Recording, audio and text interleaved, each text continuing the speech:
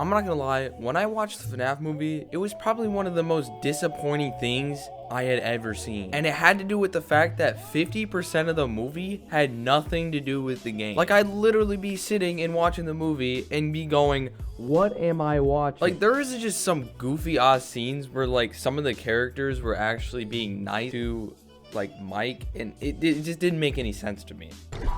Abby, what is this? Come on, I want you to meet the others. Mike, this is Bonnie, Foxy, and Chica. This is a joke, right? I mean, I'm controlling them, right? I mean, They just want to play. Wait, no, wait, what? we have to go home now. Come on. Not only do we have that scene, but we also got this one too. You did it!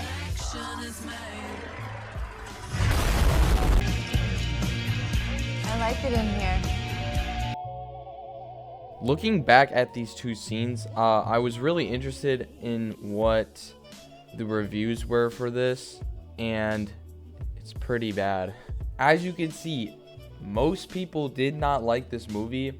Now, this isn't just FNAF fans, but it also is movie critics, so, you know, there could be some errors. The fact that most people were really, like, looking forward to this movie and it being a total flop is just really, really sad. I mean, to be honest, there were just some scenes that were interesting. For example, like Matt Pat. Literally everyone cheered on for him when he came on. But Some people say that, but you know, it's just a theory. I mean, you didn't hear about like, at this point, I'd probably consider that the highlight of the entire thing. I mean, the ending was alright. The beginning was weird. Alright, so here is what the description of the movie says. A terrifying horror game phenomenon becomes a blood-chilling cinematic event. The film follows Mike, a troubled young man caring for his 10-year-old sister Abby, and haunted by the unsolved disappearance of his younger brother more than a decade before. Recently fired and desperate for work so he can keep custody of Abby, Mike agrees to take a position as a night security guard at an abandoned theme restaurant, Freddy Fazbear's Pizzeria. But Mike soon discovers that nothing at Freddy's is what it seems.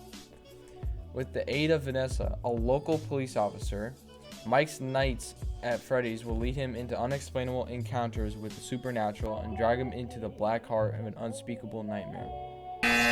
Okay, so here's the thing. Some of it is true. Okay, none of it is true. I think the main problem that people had was that the movie didn't really seem to fit what was happening in the games. Like, it was kind of like combining all the games, and people didn't really want that. They wanted to be accurate, and they were really looking forward to it. But I think what happened was he wanted to kind of bring everything together, which kind of ruined the idea of the movie.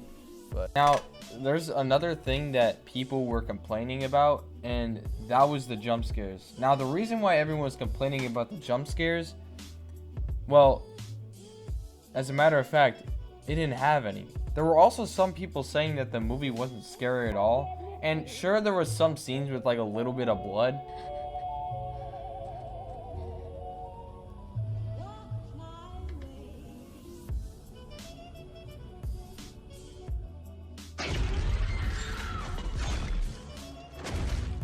But I kind of agree. Like the idea was that it was going to be a horror movie. That just turned out to be not the case. Like, the entire movie was not scary at all. I watched this thing like complete darkness, and I was not scared one bit. Now, if I did a tier list, I'd probably put the FNAF animatronics in like C tier. And the reason for this is that they're like one of the most important parts of the movie, and I think their execution was just absolutely not great. But since they are the main characters, they do go a little higher. And I'd probably put Mike and Abby in B tier because they actually weren't the worst characters in the movie. I kind of like them a little bit.